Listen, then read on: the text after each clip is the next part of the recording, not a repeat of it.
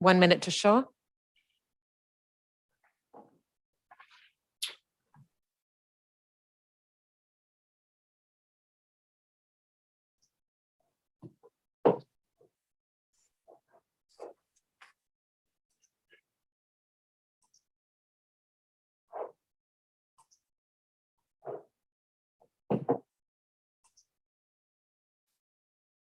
So we're just missing Councillor Hollingsworth. Yeah, we're just missing Councillor Hollingsworth, and I don't see the CEO on here.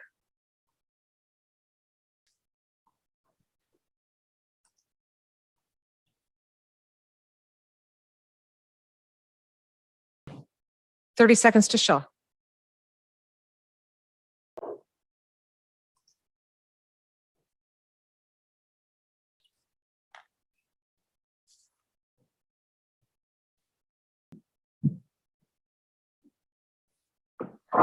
We are live on show. Thank you, Madam Clerk. I want to welcome everybody to our last meeting of 2021. I want to thank our broadcasting partners and our media partners for broadcasting our media and reporting on it. Before we start the meeting, I just want to speak to the community briefly about the current state of COVID-19 in our community. In the last number of weeks, we've gone from having a very low prevalence of COVID-19 to a very high prevalence of COVID-19. And I understand that all of us, myself included, are frustrated by the length of this and finding it difficult to make the sacrifices that we need to make to comply with COVID-19 health guidance. So I want to just ask the community as we head into the Christmas season, if we can all dig deep and keep a few things really top of mind. It's important that all of us reduce our contacts as much as we can. That's not to say that we can't see some friends and family, but we should really make sure that we do so safely, and that when we do so, it's more of an important event as opposed to just a discretionary event. So we want to reduce our COVID-19 contacts as much as possible. When you are inside, we encourage you to make sure you are wearing a mask and that you're staying physically distant from people. It's best to interact with people and socialize with people in a well-ventilated area, preferably outside if the weather permits. And we want to make sure that we are all doing whatever we can to help slow the spread of the virus. It's pretty clear based on the data and the evidence that's been shared to date and been assessed by people that are a lot smarter than I am, that the new variant of COVID-19 is very transmissible. And its case counts seem to double every 3 days. So at that rate, we could have a very significant case count, not just in the province of Ontario, but in our own community of Sault Ste. Marie, that could put stress on our medical system. So I want to encourage all of you that have not been vaccinated to consider getting vaccinated, get information from reliable sources, speak to your healthcare providers. If you have children that can be vaccinated, I encourage you to get your children vaccinated. If you have your first and second dose and you qualify for your third dose, I encourage you to get your third dose. If you have your first dose and you can get your second dose, I encourage you to get your second dose. Reduce your contacts as much as you can. Wear a mask when you're inside. Engage with people as best as you can outside. Make sure that when you are inside, you're in properly ventilated spaces and you are staying physically distant. I have a lot of confidence in our community, in the fact that we can end the year strong and begin the next year strong. And I'd encourage all of you to be mindful of the advice that public health is sharing with us and to follow that advice. So, Madam Clerk, before we start our meeting, I want to acknowledge the territory upon which we are gathered, subject to the Huron-Robinson Treaty, it's traditional territory of the Anishinaabe, specifically Garden River First Nation, Batchewana First Nation, and the historic Sault Ste. Marie Métis Council. I want to recognize that we are the head office of Missinaba Cree First Nation.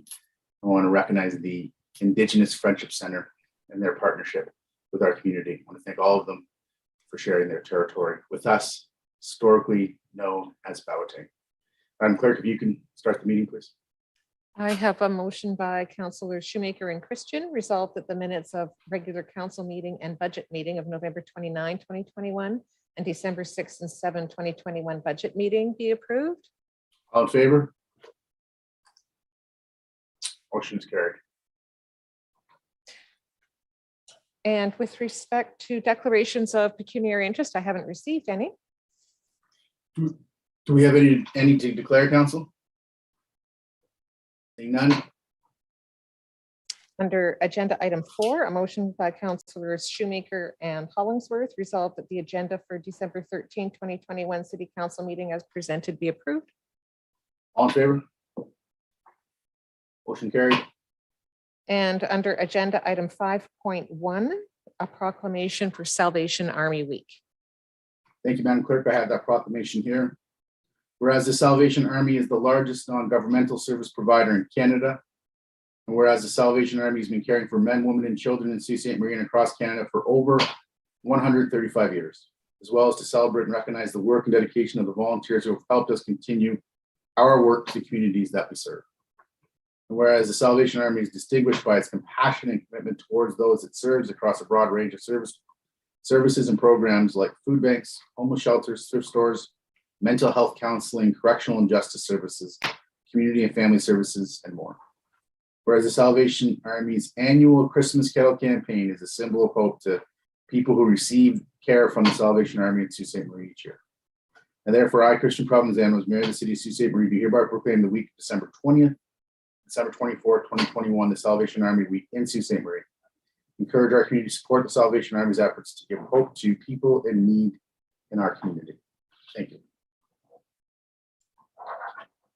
And that will take us to consent. We are on the consent agenda, council. I see Councilor Nero. Go ahead. Thank you, Mr. Mayor. Agenda item 6.14, the Northern Avenue Sacral Road intersection crossing guard study. Go ahead. If I may, a question to Mr. Rumiel.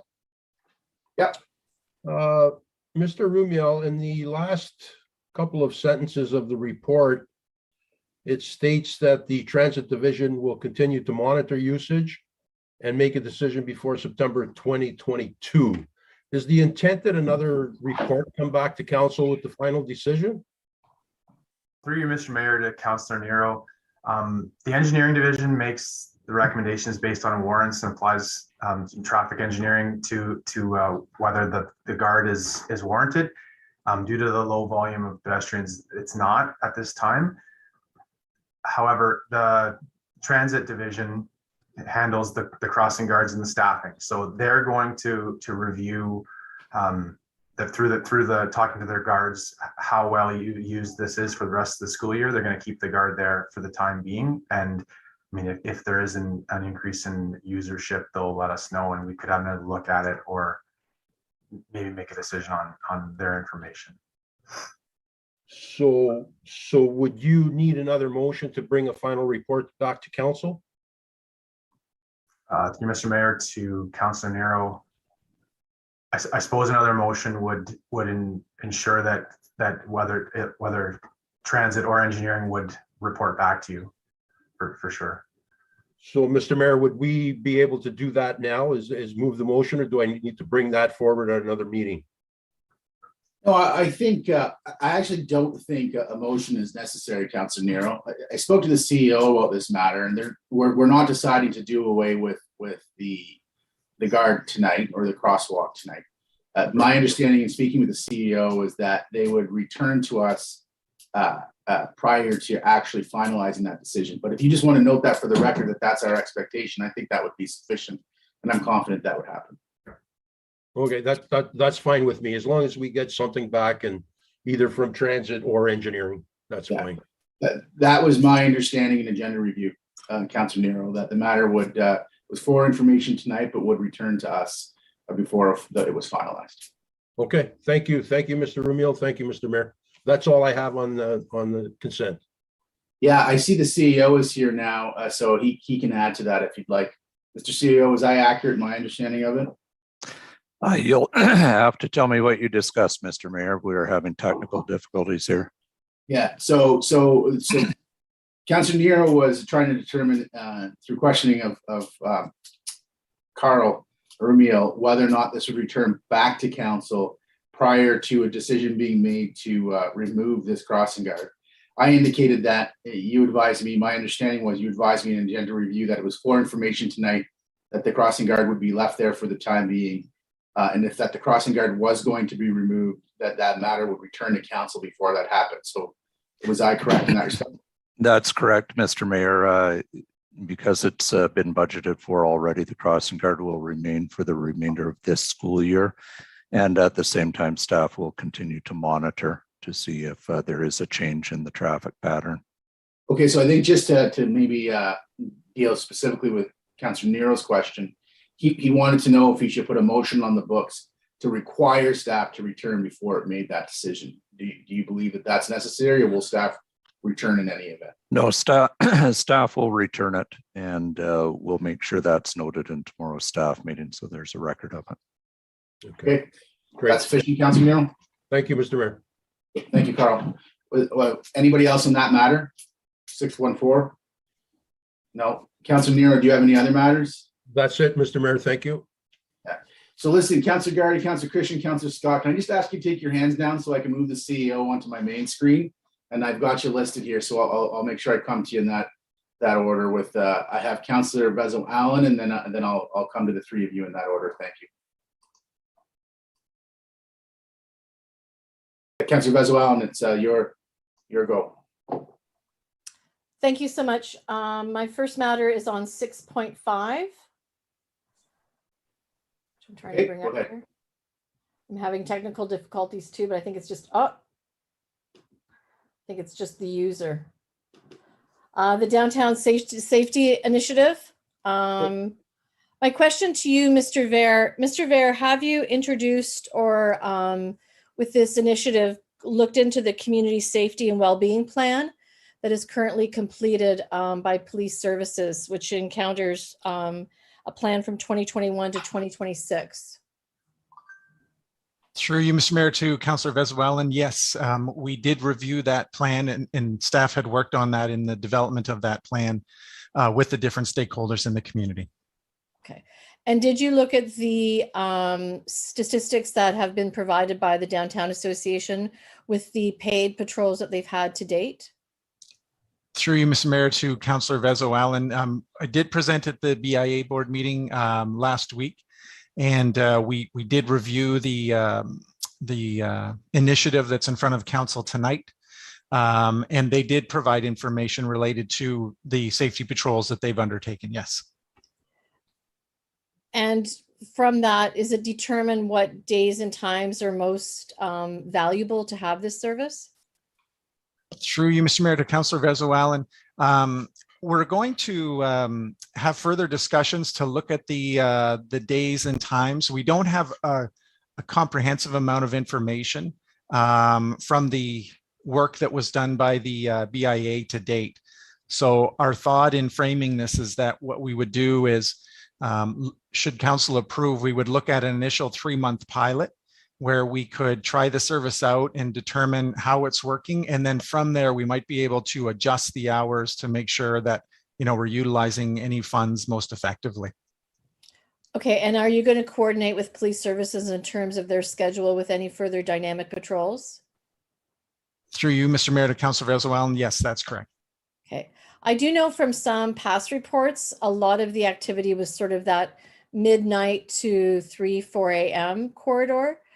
So I would definitely recommend looking at that when businesses are closed and that sort of thing. But thank you very much, Mr. Ver. I don't have any further questions on 6.5. You have a question on 6.5, Councillor Scott? Go ahead. Thank you, Mr. Mayor. Through you, Mr. Mayor, to Mr. Ver. If this does go beyond, could we look at trying to get some efficiencies with some of the costs for the security patrols at the plaza? I remember we talked about I think it was about $30,000 of the plaza budget was, or the operating cost for the plaza was to be for security. So if there's a security patrol downtown, do you think we could maybe look at some overlap there, perhaps? Through you, Mr. Mayor, to Councillor Scott, yes, I believe there's an opportunity as we look forward to the eventual, construction of the plaza to have benefits or look for synergies across these two initiatives. And on that note, do you think this could potentially touch on the library's request that they had as well for additional security? I'm just thinking if we're going to do this, maybe there's some benefit to having the whole area just broadly covered? Through you, Mr. Mayor, to Councillor Scott. Right now, we were just looking at doing the security patrols in the evening time for the downtown safety initiative. So I believe our hours are likely outside of the library hours.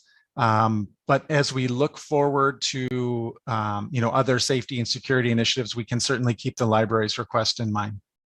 Perfect. That's everything on this. Thank you. Anybody else on this matter?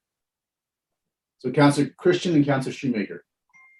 Thank you, Mr. Mayor. Through you to Mr. Ver, having read the report and recognizing that this is going to be a pilot project, are you aware of any other communities that have long-term ongoing funding for these types of initiatives? I think it's an important initiative. I think it's a good one, but the viability of it will only depend on whether we can secure long-term funding, or else, it's going to end up being an operational issue in the future. Through you, Mr. Mayor, to Councillor Christian, it's certainly something we're looking into. We haven't found another community with external funding towards this type of initiative. Certainly, we are hoping that we will be successful with our application to Health Canada, and that could turn into something that's longer term on the Downtown Ambassador program.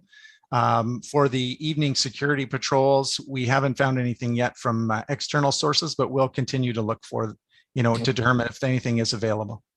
Just a quick comment. I like the part about including metrics. I think regardless of what happens in the future, if we're looking at continuing the program or discontinuing it for that matter, metrics will drive that decision. So I think it's really, really important that we're thoughtful in terms of what we want to monitor and measure. Thank you. Okay, Councillor Shoemaker. Thanks, Mr. Mayor. Through you to Mr. Ver, is there, perhaps I've just missed it in the report, but are the patrols just in the BIA area, or are they in the area that we consider downtown, which is broader than the BIA area? Through you, Mr. Mayor, to Councillor Shoemaker, we were looking at it at the broader downtown area, the area that we, as the city have as the downtown. Okay, yeah, thanks. And with respect to the Downtown Ambassador program, interesting. It's an interesting concept, and I hope it's successful. I wonder if are the Downtown Ambassadors going to be there for people to approach as resources, or will they be approaching people out in the downtown area to provide services if they think that there is an issue? Through you, Mr. Mayor, to Councillor Shoemaker, both. Yes, so they will be available should people call or have an issue, but then they themselves will be in the downtown, doing patrols, and they'll be able to approach people, that they may see that, are in need of services. Okay. Okay, and they'll keep metrics as well? Through you, Mr. Mayor, to Councillor Shoemaker, that's correct. Okay, thank you.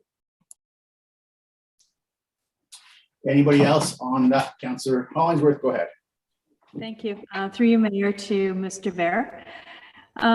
Could you just quickly summarize? I think this particular pilot project is one of many ideas that your team's looking at to create a safer downtown.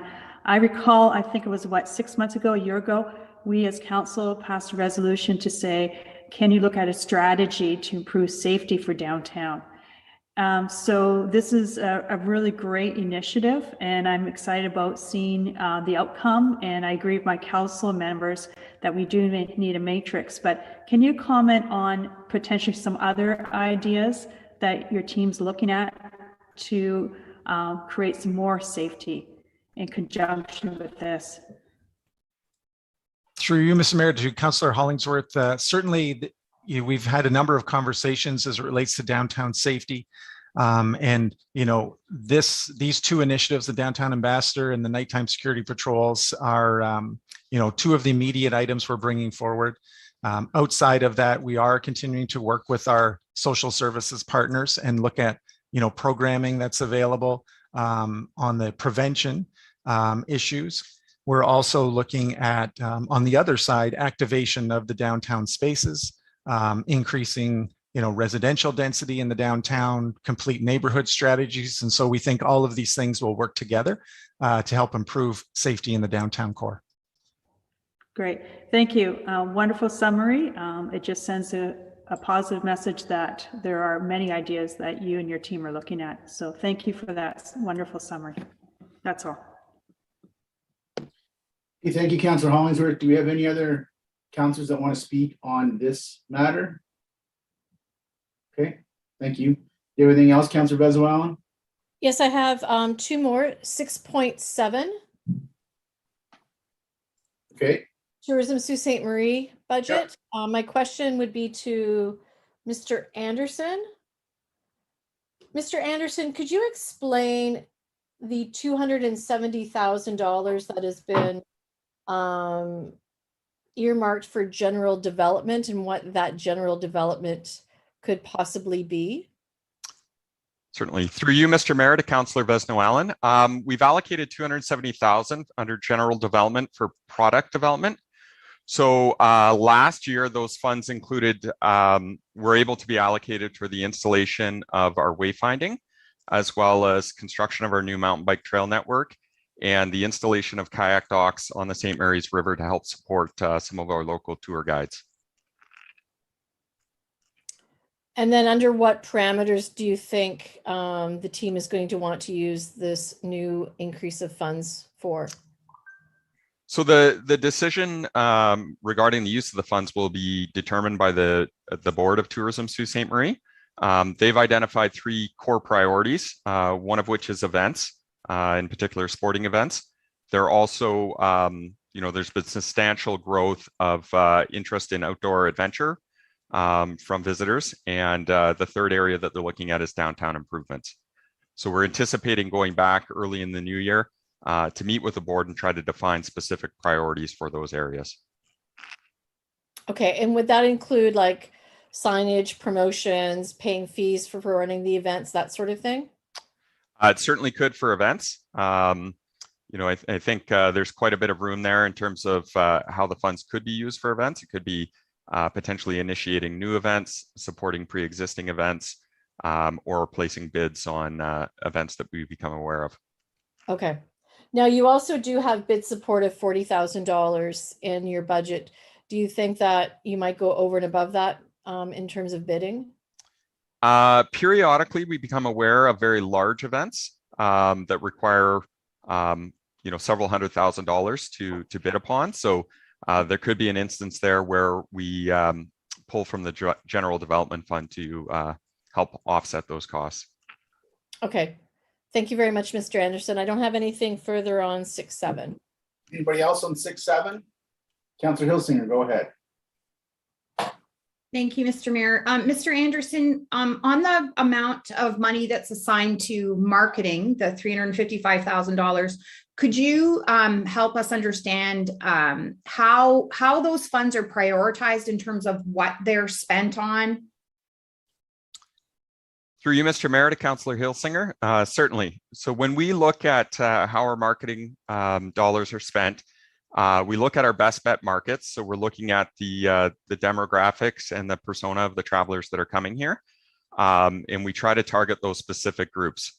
We'll look at, based on traveler information that we have, either collected from key attractions or from hotel bookings at times, and also the travel to our websites.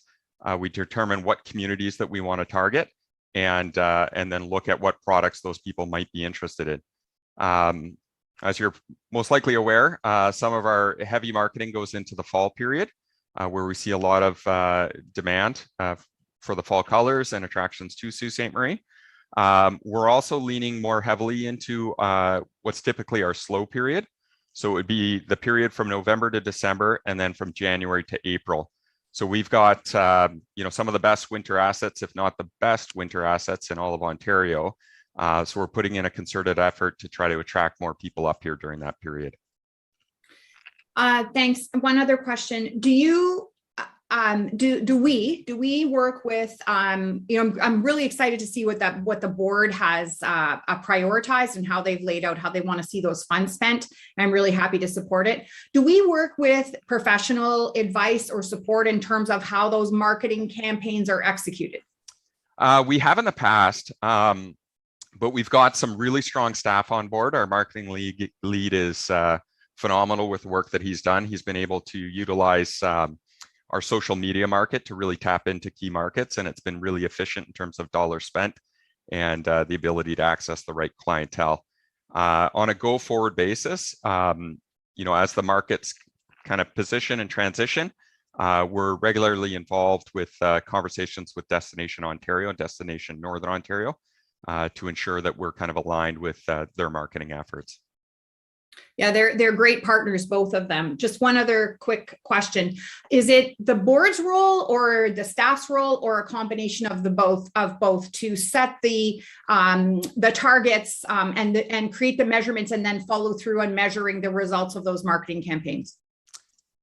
I would say it's a bit of both. I establish KPIs for the staff that report into me, but we'll also rely on the board for broader guidance in terms of the targets that they want to set. So at this point, we're setting internally our targets for 2022, and then we'll also lean on the board to see if there's other priorities that they would like to see achieved. Thank you. It's been such a tough couple of years for the tourism industry, and fingers crossed these plans are going to have a superb effect for our community. Thanks. Thank you. Thank you, Councillor. 6.7, anyone else? You have one more matter, Councillor Vezo-Allen? Yes, I do. 6.15, the demolition of 149 Gore Street. My question, I believe, would be toward Ms. Fields. Go ahead. Okay. I see Councillor Dufour and Councillor Bruni's hands also on Okay, this. there's Ms. Fields. Okay, I just wanted to make sure she was here. Ms. Fields, to your knowledge, is this property still owned by the owner who was not compliant? And at any point, was this property available for the city to put up for tax sale? Through you, Mr. Mayor, to Councillor Vezo-Allen. I think it has come up for tax sale in the past. If Michelle is on, she might be able to confirm that, but I think it did come up for tax sale. The city did not, obviously didn't sell. It did not vest in the city because there were some concerns the city had with it. And from our information, the owner is still on the property identification, although that is currently before the court. That is one of the questions that is being raised there. So once it went up for, Michelle, you could probably answer that. Once it went up for tax sale and did not sell, why wasn't it vested? Through you, Mr. Mayor, to Councillor Vezo-Allen. The first time it went for tax sale was in 2014, and we received absolutely no bids. So at that time, it did get circulated to city departments, and there was environmental issues that were identified with the property, and it was recommended not to vest it. It did go to tax sale in 2021 as well, and we still had no bids. It did go for tax sale in 2021? Correct. Okay. And that was circulated widely to the community? It gets circulated as per the requirements of under the Municipal Act for tax sale. So it's advertised in the Ontario Gazette. There's also council reports that go, which list all of the properties that are being registered for tax sale. And that's as far as it goes at this point. Okay, thank you, Michelle. I don't have anything further. Okay, so I have Councillor Dufour and Councillor Bruni. Thanks, Mr. Mayor. Through you to Michelle. Michelle, do you know approximately how much was owing in taxes when that property went to tax sale both of those times? Sorry, Councillor Dufour, I don't have that information in front of me right now, but I can send it to council. Okay, am I recalling correctly that in order to place a bid on that property for tax sale, that the minimum bid would have had to have been whatever taxes were owing at the time? You are correct. Okay. Thanks, Ms. Shell. And just as a further question through you, Mr. Mayor, to CEO White, I was wondering what steps has the city taken to ensure that we do not incur this level of exposure in the future from other buildings that are failing to comply with property standards and tax payments? Through you, Mr. Mayor, to Councillor Dufour, there's a number of issues around this property. So you can imagine, certainly as far as following up on vacant buildings, the passage of the new vacant buildings bylaw gives us a lot of tools to address some of the concerns that this building has raised in a much more timely fashion than we were able to before. To the specifics of your tax sale question, staff had identified quite some time ago in regarding other properties that have been listed for tax sale, yet had not sold at the tax sale, that we had some gaps in how we address the properties on an ongoing basis. So staff have been working to fill in those gaps. The legal department has added several steps in to ensure that we have greater oversight over the properties. And we have a recently revised position with the city, the risk manager position. In the latest revision to that position, some property management duties have been added to it. Thanks, Mr. Mayor and Mr. White. That's really informative. Just as a follow-up, Mr. White, I note in the report that a funding source hasn't been identified and that the city to this point has never budgeted for this kind of project due to the size of this building. Obviously, we wouldn't have that lying around. Has there been some internal staff discussion around creating a budget line for any other buildings that might be in a similar state, or is that something that we would talk about in the future as we kind of learn the lessons from this process? Through you, Councillor, or Mr. Mayor, to Councillor Dufour, yes, we've been having some internal discussions on this item. This particular issue did raise a lot of new elements for us that we hadn't dealt with before. So we are assessing, we'll get through this one, and we are assessing how we'll deal with similar issues in the future. And that may include adding a budget line item in a future budget year. Okay, thanks, Mr. White. I'll be following that closely. Appreciate your answers. Hey, Councillor Bruni. Thank you, Mr. Mayor. I guess the question goes to the CAO. Mr. White, I guess my concern is the loss the city is going to incur, approximately $400,000. Obviously, the property is not worth $400,000.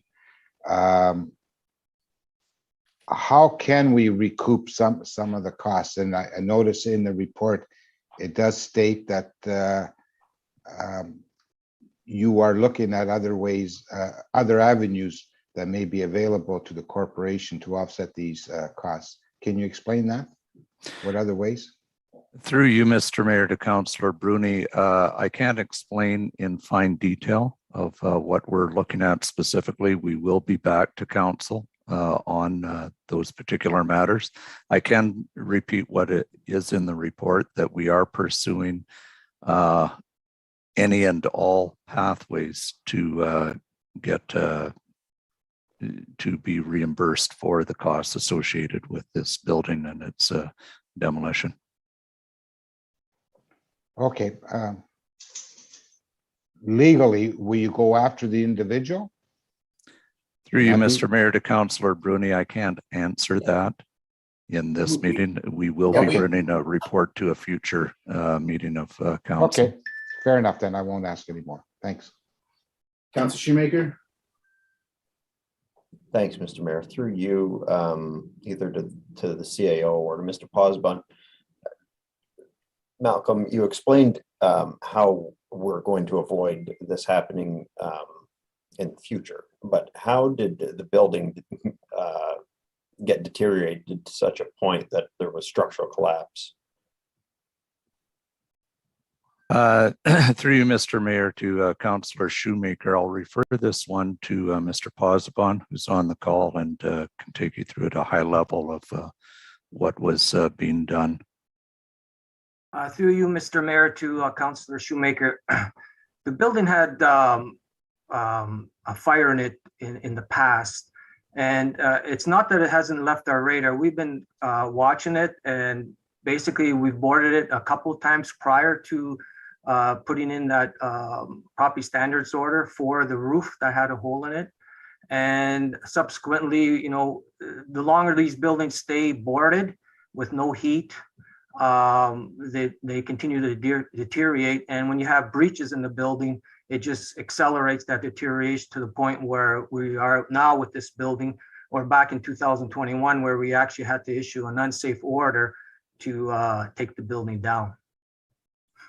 So from my understanding of the CAO's response to Councillor Dufour earlier, there have been, it sounds like, intermediate steps put in a new policy or bylaw stating that more regular checkups will be done on buildings that are boarded up like this? Through you, Mr. Mayor, to Councillor Schumer, it's not so much regular checkups, but with the addition of the part-time bylaw enforcement officer, that's what we're looking at, more of a proactive approach for these types of buildings. But with council approving that vacant building bylaw, it gave us that extra tool so that these buildings don't stay just boarded and just left like that because they're just secured. It puts the accountability back on the owner to take care of their vacant building and to ensure that it doesn't further deteriorate. Through you, Mr. Mayor, to Councillor Shoemaker, just in addition to that, I'll repeat what I had mentioned to Councillor Dufour. We have seen, aside from the work that the building division may be doing, gaps in how we deal with properties that we've put up for tax sale yet aren't sold and aren't in the end vested by the municipality. So we will be having more areas looking at it. And as I mentioned, specifically the revised position with legal, the risk manager position, will have some property management duties associated with it. Okay. That explains how we'll prevent that going forward. And I think that makes good sense. And I think the message is that wasn't done here, but we've learned our lesson from it.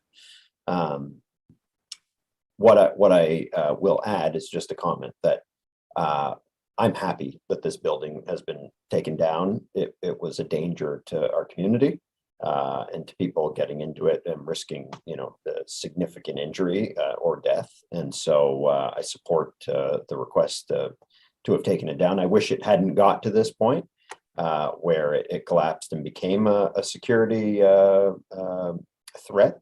But it needed to come down, and I fully support the request for the cost to demolish it, because it is. It sounds like this was a worst case scenario come true. Council, I'd just like to add my perspective to this, because listening to all your questions and reading this report, I think it's pretty clear that just council term, we've communicated that we expected more and expect more with property standards and bylaw enforcement. And I think there are a few examples where we didn't, as a municipality, do the things we need to do in a timely manner to make sure that we were dealing with things properly. And this is probably one of those examples, but I'll point out that, we talked a lot about it. We have made some decisions and adjusted some policy and, sent some directives from council through to affect some change. But it's hard to affect that change without the human resource element. And this past budget, we did two things. We added bylaw capacity. So Freddie's department now has additional bylaw capacity. And we've added legal capacity so that the legal department could also deal with some of these challenges. And I think that's important, because as council, we made some decisions to affect the change that we were looking to affect as a council. And, we, as many municipalities, had to have a reactive system where we go out to a complaint or we look at something once it's brought to our attention, and we're moving from that. We're trying to move from a reactive system to a proactive system. So that's an administrative transition internally, but it also needed some resources that you made some decisions last week to attach to it. So I think on a going forward basis, you will see an improved performance in this specific respect. And I think that'll be partly because of, not just the discussion we've had and the direction that we've set, but the resources that we've now added to it. So hopefully we won't see this type of thing in the future because of the collective decisions we've been making over the last year, but that we've just resourced this week. So on a going forward basis, we should see an improvement. Anybody else in this matter? Councillor Hollingsworth. Thank you. Through you, Mayor, your comments are definitely on target. But just a quick question through you, Mayor, to Mr. White. You mentioned about number of buildings that are on this so-called list that haven't paid their taxes. Out of curiosity, on average, how long are they on the list before we actually act on them? Are we looking at a year, 2 years? And hypothetically, have we shrunken the amount of time that a building that can't be sold or hasn't been sold, shrunken it for the amount of time it's on the list? Just curiosity. Through you, Mr. Mayor, to Councillor Hollingsworth, the tax sale process is a very, very prescribed process in the legislation and all the timelines associated with it. I'll give you a very broad brush answer, and then I'll ask Ms. Schell to expand on it if necessary. There is a length of time that a property needs to be in tax arrears before a notice of tax sale can be put forward. That notice period and that part of the process also takes a certain amount of time. I would think the minimum amount of time for the start of tax arrears to a property actually being put up for potential sale is about 4 years. And we would have no discretion as to that timeline. It's in the legislation. I'll ask Ms. Schell to just confirm exactly.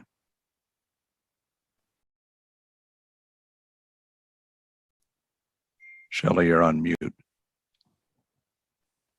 Thanks, Malcolm. Just to clarify, the tax sale process begins when property is 3 years in arrears. So in the 4th year, we're able to register the tax arrears certificate, and year 5, we can conduct a tax sale. So between year 4 and 5, the homeowner or the ratepayer has 1 year in which to pay in full the amount that's outstanding. As for which ones are on the list, there's many recoverables that are added either through the dirty yard or derelict properties. Most of the time, those are collected before they even get to tax sale, and they're smaller amounts. Gore Street is a bit of an anomaly based on the amount that it was. And as the CAO has indicated, we are looking at processes and how to deal with these types of properties. Okay, thank you. That's very helpful. One last question to Ms. Schell. Refresh my memory. As council, did we ever receive a report in the past showing the longest, most outstanding pieces of property that have been in arrears? Has that been shared with council in the past? As part of the tax sale process, a list of properties being registered is always shared with council for every tax sale. And that's usually in year 4 when we register them. And then we have that process of 1 year in which we try to get collection at that point. And a lot of times, most of these properties fall off. We may have a list of sometimes 20 or more properties. And when we get to tax sale, sometimes it's less than 10. Okay, thank you. So worst case scenario, by the time we act on it 4 years, the building could be unfortunately disrepair. So even if we want to purchase it and do something positive with it, it may be out of our hands. But thank you for the clarification and education. Thank you, that's all. Okay, anybody else on 615? Seeing none, that is the end of your matters, Councillor Vezo-Allen, I believe. Yes, it is. Thank you very much. Okay, I had Councillor Gardy next.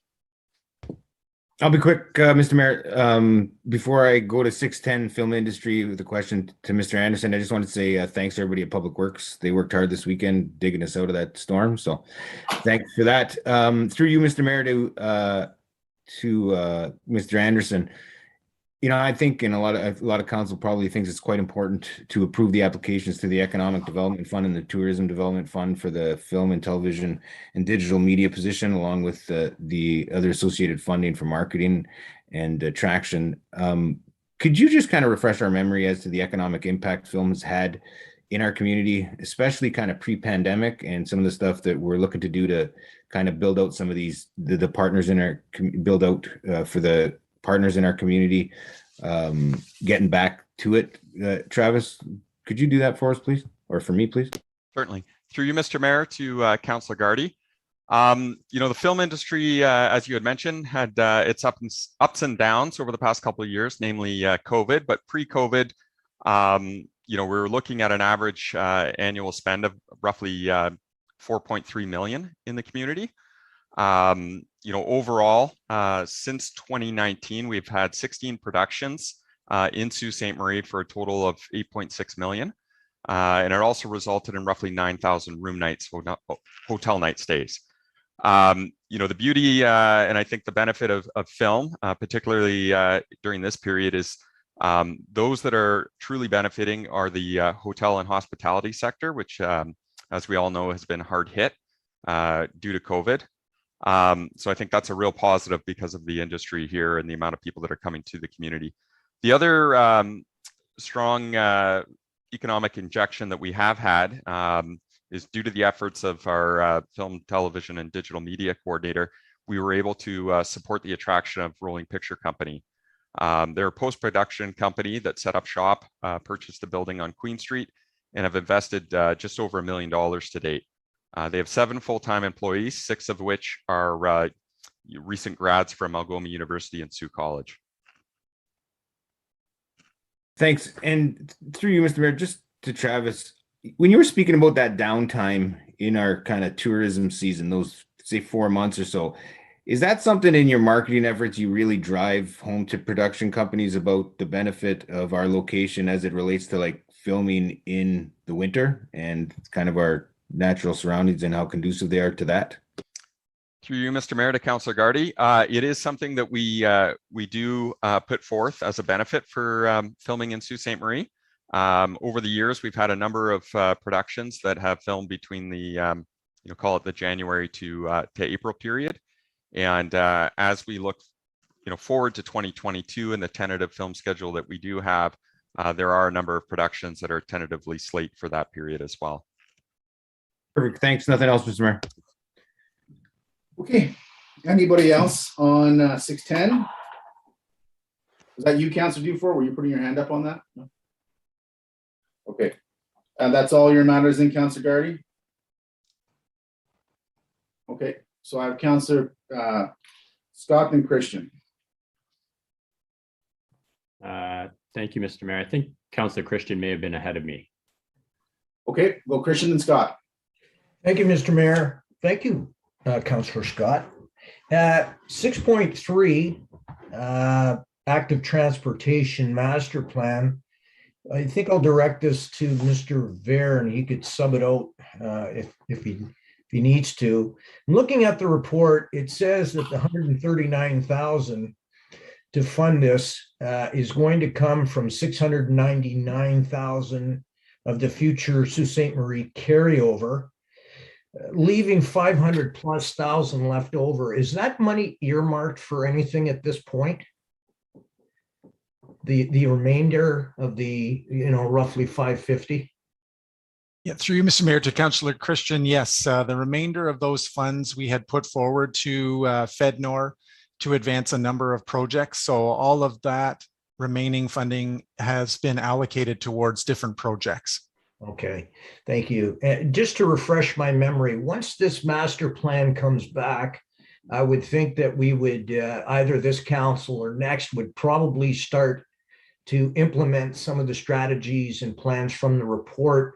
Have we identified where the funding sources for those steps or elements of the project will come from? Through you, Mr. Mayor, to Councillor Christian, at this stage, we haven't specifically identified the sources for that. We're going to wait till we complete the report and look at the scale of it. And certainly we're always looking for different funding programs and ways to implement this. I think the good news is we've seen a number of funding programs from the federal and provincial government as it relates to active transportation. So we're hopeful we'll have a number of projects that line up well with these funding sources.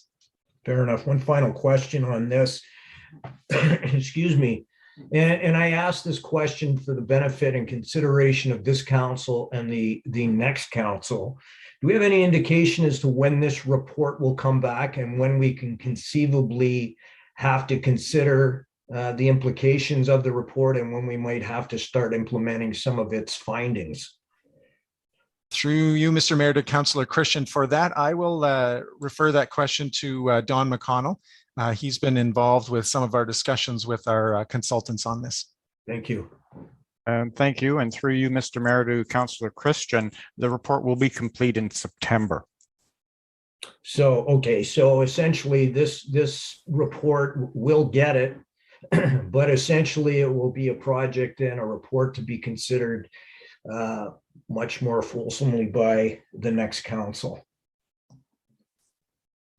That's it for me, Mr. Mayor, on 6.3. Councillor Shoemaker, you had 6.3 on your list. Yes, thank you, Mr. Mayor. Through you, either Mr. McConnell or Mr. Ver, if the city wanted to indicate that its top active transportation priority was a connection of the hub trail to the James Street area, which I intend to propose at a council meeting in the near future. Would that be something that this active transportation master plan would necessarily have to take into account and rank, or is that not how the plan's going to work? Through you, Mr. Mayor, to Councillor Shoemaker, the plan looks at a number of different things, and one of them will be to prioritize different projects for council. I think this would be very helpful to council going forward for budget purposes and also when making applications to senior levels of government. Certainly, there's going to be a lot of public consultation involved with this. There is a staff steering committee in place for this, and I have no doubt that that is one of the projects that will be considered close to the top of the list. But at this point, I mean, we haven't begun the study. I can't say that with certainty, but it has been identified as a priority by several members of council. We're aware of that. Yeah, okay. And I guess my point is more, you're looking at it on the flip side of the coin from where I am. I think if there's a motion at council in January, which there will be, to indicate that this is our top priority as a council, provided that passes, will I guess the drafters of the report will necessarily have to rank that higher because it's been identified as the top priority. Well, through you, Mr. Mayor, to Councillor Shoemaker, will certainly be taken into consideration. Yes. I mean, council always has the ability to establish their top priority regardless of the outcomes of the report, but I would expect that would be a very highly ranked priority. Okay. I think all parties are in agreement with that. Thank you. Is that it, Councillor Shoemaker on 6.3? Yes, thank you. Councillor Hollingsworth on 6.3? Yes. Go ahead. Thank you.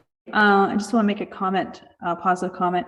I just wanted to say I'm happy that Councillor Shoemaker has emphasized that. I think we have said that many times as council that that particular area of the community needs continuous support and attention. So I just want to give a shout out that Councillor Shoemaker is so right. Thank you.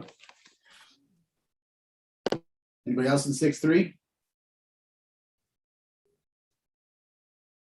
Okay, that would be Councillor Christian, back to you. Anything else in the consent agenda? A couple more quickly. 6.4, professional services, assessment and property taxation support. Through you, Mr. Mayor, I guess to Michelle. I'm just wondering if you can touch on what are the current challenges with this area as far as staff is concerned that have led us to seeking this type of service. Can you just summarize it briefly? Through you, Mr. Mayor, to Councillor Christian, we've always reached out to outside professionals when we have large assessment challenges. We don't have the resources in-house to do this. As noted as well at our budget meetings, we used to have additional support provided to them for our assessment-based management system, and we have removed that now from our RFP and for a savings of about $65,000 a year. Okay, so in terms of the types of services that this company will provide, is this when we get into discussions with property owners over taxes owing or the assessed value of their properties when determining taxes owing? The discussions and when we engage them are usually for much larger assessment appeals. So a lot of the special assessments, such as for shopping centers, industrial and manufacturing, that type of thing, where there's a specialty, as well as if there's an issue where it might be something that is Ontario-wide, and there might be a working group that they can participate in and represent various groups on it. Okay. They also assist us with our tax capping calculations, which are very onerous and difficult, and they have the expertise in-house to assist us with that. Okay, that makes sense. One final question on this.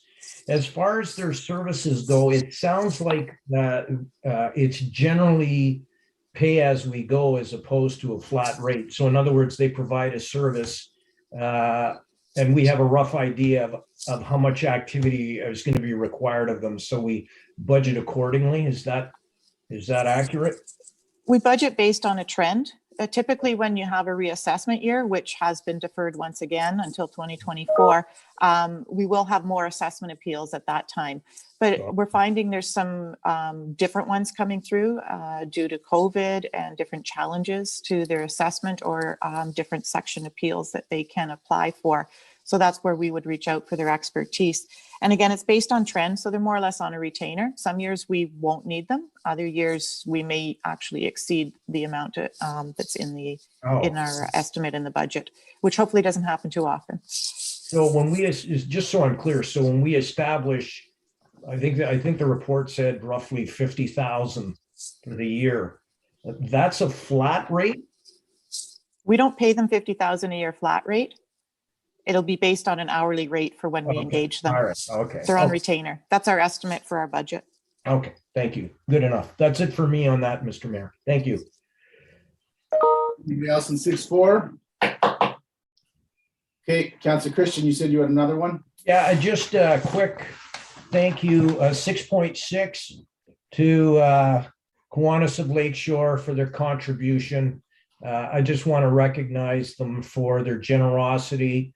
They were quite generous with the splash pad at Bellevue Park, and they can continue to contribute to youth activities. And I just want to make sure they got proper recognition through our council meeting tonight. Thank you. Okay, thank you. So anybody else in 6-6? Councillor Scott, Councillor Dufour, were you on 6-6? Yes, Mr. Mayor, if that's okay. Yeah, go ahead. Yeah, I just wanted to echo Councillor Christian's comments. I think the level of support from Kiwanis Club of Lakeshore has been tremendous. I think that we know too. I think that the Rosedale Park is a great location for this donation. I think it's going to make a significant difference to the community in the area. And I know social services is hard at work continuing to leverage those investments for that neighborhood. So thank you very much, Kiwanis of Lakeshore. Thank you, Councillor Dufour. Councillor Scott? Thank you, Mr. Mayor. By letting Councillor Christian go ahead of me, I'm good. He asked everything I was going to ask, so thank you. I'm back to Councillor Dufour then. I was on 6.6, Mr. Mayor. Thanks very much. Okay. Any other councillors have matters on consent? Councillor Shoemaker? Yes, so just that I'd like to pull 6.9 from consent, Mr. Mayor. Okay, 6.9 is pulled. Any other matters on consent? Madam Clerk, if we can deal with the consent agenda then. A motion by councillors Hilsinger and Christian, resolved that all the items listed under date December 13, 2021, agenda item 6, consent agenda, save and accept agenda item 6.9. 6.9 be approved as recommended. All in favor? Motion carried. That would bring us, Madam Clerk, I believe, 6.9. Councillor Shoemaker, you had that pulled. Do you want to speak to it or do you just want it voted on separately? Yeah, I'd just like to indicate, Mr. Mayor, that I've pulled it because I intend to vote against it. I've expressed in the past that I thought that the costs for the downtown plaza had increased too much. This is another use of municipal resources. While it's not city funding directly, it's an indirect city fund. And it's another example, in my opinion, of how the costs on this one have increased beyond what I was prepared to support initially when I approved of what I thought was a good concept. But those are my reasons for voting against this tonight. Anybody else on that matter? Okay, all in favor of 6.9? Opposed to 6.9? So Bruni, Shoemaker, Scott opposed, the remainder in favor.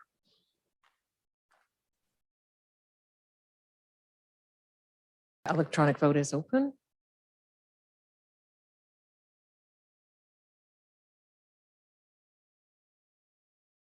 That brings us, Madam Clerk, to. I'm sorry, Mr. Mayor, I don't have Councillor Vezo-Allen's vote. He was in favor. So I have Gardy, Hilsinger, Dufour, and Vezo-Allen in favor, Bruni, Scott, and Shoemaker opposed, and Christian, Nero, Hollingsworth, and Mayor Provenzano in favor. That's correct. Bruni, Shoemaker, and Scott opposed. That's what I have as well. Yeah, okay. Under Go agenda ahead. item 8.1, I have a motion by councillors Gardy and Scott, whereas residents in the area of AIM Recycling on Carbon Beach Road have registered numerous complaints with AIM Recycling, city councillors and staff, as well as the Ministry of Environment, Conservation and Parks concerning issues with the operations at the site, including but not exclusive to noise, emissions, site plan control, and traffic.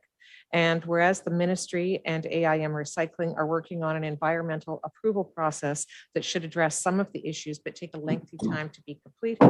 And whereas a number of Ontario municipalities control some aspects of salvage yard operations through business licensing bylaws, and whereas the move by Algoma Steel to electric arc steelmaking will result in an increased need for scrap metal as an input and may result in increased salvage or metal processing operations in Sault Ste. Marie.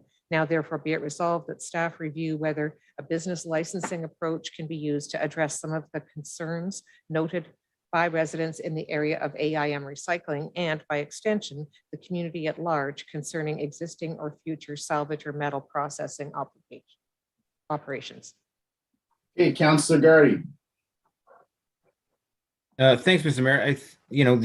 The motion's quite clear. I appreciate Councillor Scott for being willing to support it so enthusiastically earlier in the week. So there are a handful, I should say, of residents who have been quite vocal, who live in the vicinity to Ames manufacturing and recycling plant about how it's impacting their kind of day-to-day lives in and around their home and that of their homes. As I see it, they always resided close to a property that was zoned for such a facility and for such a business. But I think with AIM taking over, they've expanded not only some of what they do there beyond what the previous operator did, but the footprint as well. The Ministry of Environment has been cooperative in doing what they can do, and they're working on that. That's going to take a bit of time. As recently as today, I can tell you that AIM reached out to myself and to Councillor Scott, looking to kind of see what they can do to alleviate things even more. I know city staff has met internally about tackling this issue, and I look forward to a meeting hopefully soon by city staff and AIM's management to see what further can be done. But I just thought it important, considering that there are some communities in the province who have bylaw or bylaws in and around this type of facility, to see what we can do to kind of mirror that without hampering what's going on within the business itself too much. So that's what the motion's about. And I'm hopeful that beyond Councillor Scott, I'll have a majority of council support for this. Thanks, Mr. Mayor. Councillor Scott, would you like to speak to this too? No, thank you, Mr. Mayor. Councillor Gardy covered everything. Okay, so I've got Councillor Christian. Thank you, Mr. Mayor. Question to the authors. I just, perhaps Councillor Gardy, is the intent then to take this opportunity in dealing with AIM for a more robust sort of global approach to any other businesses that may pursue similar activities? You cited the need for scrap steel. So is this an opportunity to look at AIM and also more of a global approach for the community? I'll answer it quickly, and then I'll defer to Mr. White if he's okay with that. But yeah, as I see it, for salvage yards specifically, to see what we can do to kind of limit the disturbance in terms of noise and vibration. Those are the issues that we're hearing a lot about. So I'll leave that to Mr. White to clean up if I wasn't as articulate as I should be. You, Mr. Mayor, to Councillor Christian. If staff will review whether a business licensing bylaw approach is appropriate to address some of these concerns. But that approach would need to address all businesses that are in this, have this type of use. You can't have a bylaw that just is targeting one single business. Agreed. I guess for what it's worth, I have personal friends in the area, and the issues come up several times. I guess their biggest concern is the level of noise and the amount of time during the day, the actual length of the activities. Anecdotally, I was told that, there are other scrap yards in the city that operate after 8 o'clock, and they're shut down by 5, and this company operates much beyond those hours. So I think that's what they're looking for in terms of at least noise reduction. It's the amount of time during the day that they're actually operating. So I just throw that out there. Thank you, Councillor Christian. Councillor Shoemaker. Yeah, thank you, Mr. Mayor. This is the second time in my memory that this type of issue has been brought to council, not specifically on this property, but I am always disappointed when it requires a council resolution to get the attention of a corporate neighbor. And I brought one in the a couple of years ago on Walmart and their neighborly conduct with Superior Bakery, and it did bring them to the table and got that situation resolved. They're well on its way to being resolved at this point. I'm glad to hear that AIM has reached out to Councillor Gardy and Councillor Scott, but it really ought not to get to this point. I know some of the residents in the area, as Councillor Christian does personally, and they've reached out to AIM without much success, I've heard. So it ought not to get to our table to bring them to the table. And it's unfortunate that it has, but I'm glad that they're now communicating with the councillors of the area. Anybody else on the motion? All in favor? Motion is carried.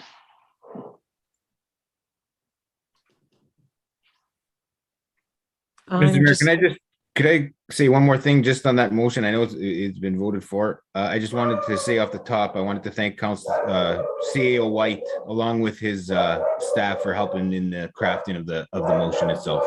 Their guidance was instrumental. Thanks. I was just waiting for Councillor Christian. Are you in the affirmative? Voted in favor. Then it passes unanimously.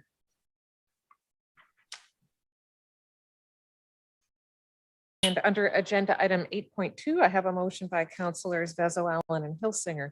Whereas the city of Sault Ste. Marie has a bylaw that regulates and licenses the operation of vehicles for hire or taxi service within Sault Ste. Marie. And whereas the Sault Ste. Marie Police Service is responsible for the enforcement of the bylaw.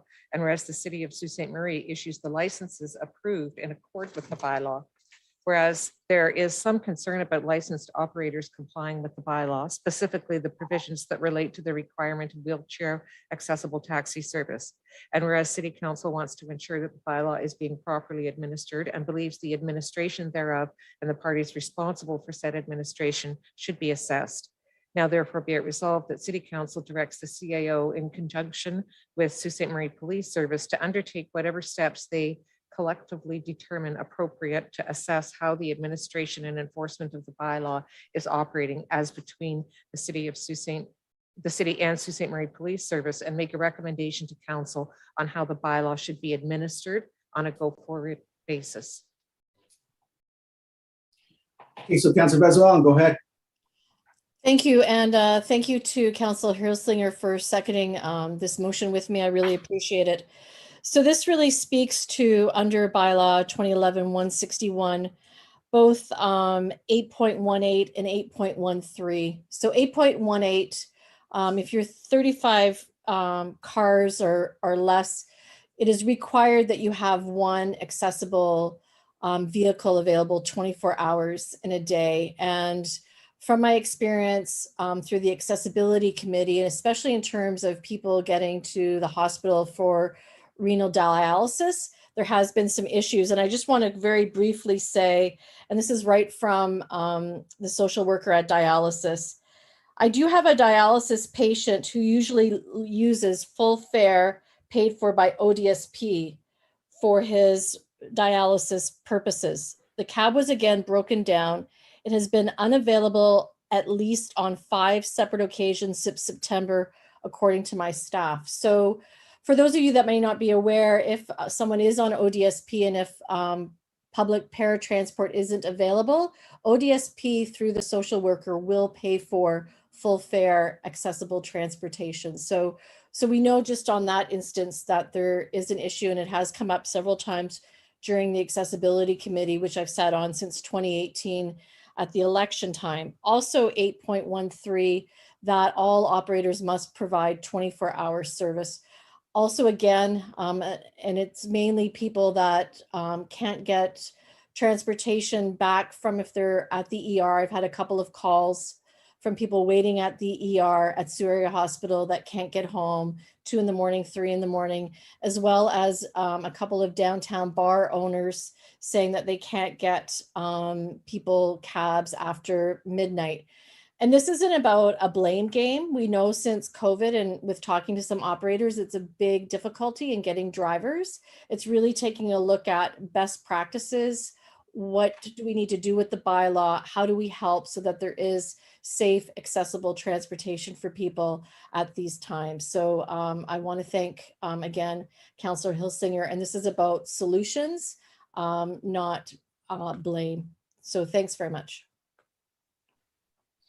Thank you, Councillor Vezo. Councillor Hilsinger, do you want to add anything?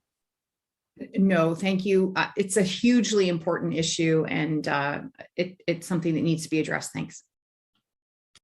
Any councillors have any questions on the motion? All in favor? Okay, motion carries.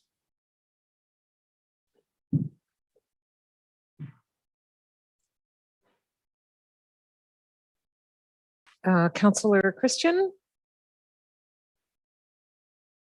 I think, Councillor Christian, were you in favor? Yes, he was. So that carries unanimously as well.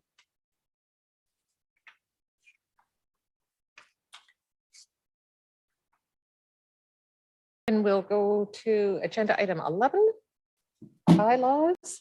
I have a motion by Councillors Shoemaker and Christian, resolved that all bylaws under item 11 of the agenda under date December 13, 2021 be approved. All in favor?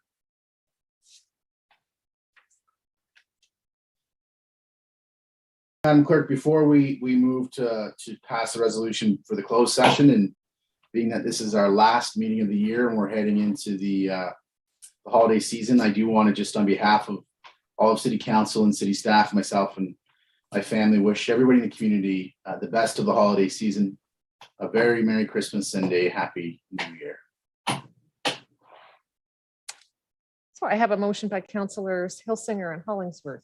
Resolved that this council move into closed session to discuss one item relating to the security of property of the municipality, one item that is a trade secret, and two items relating to a plan to be applied to negotiations.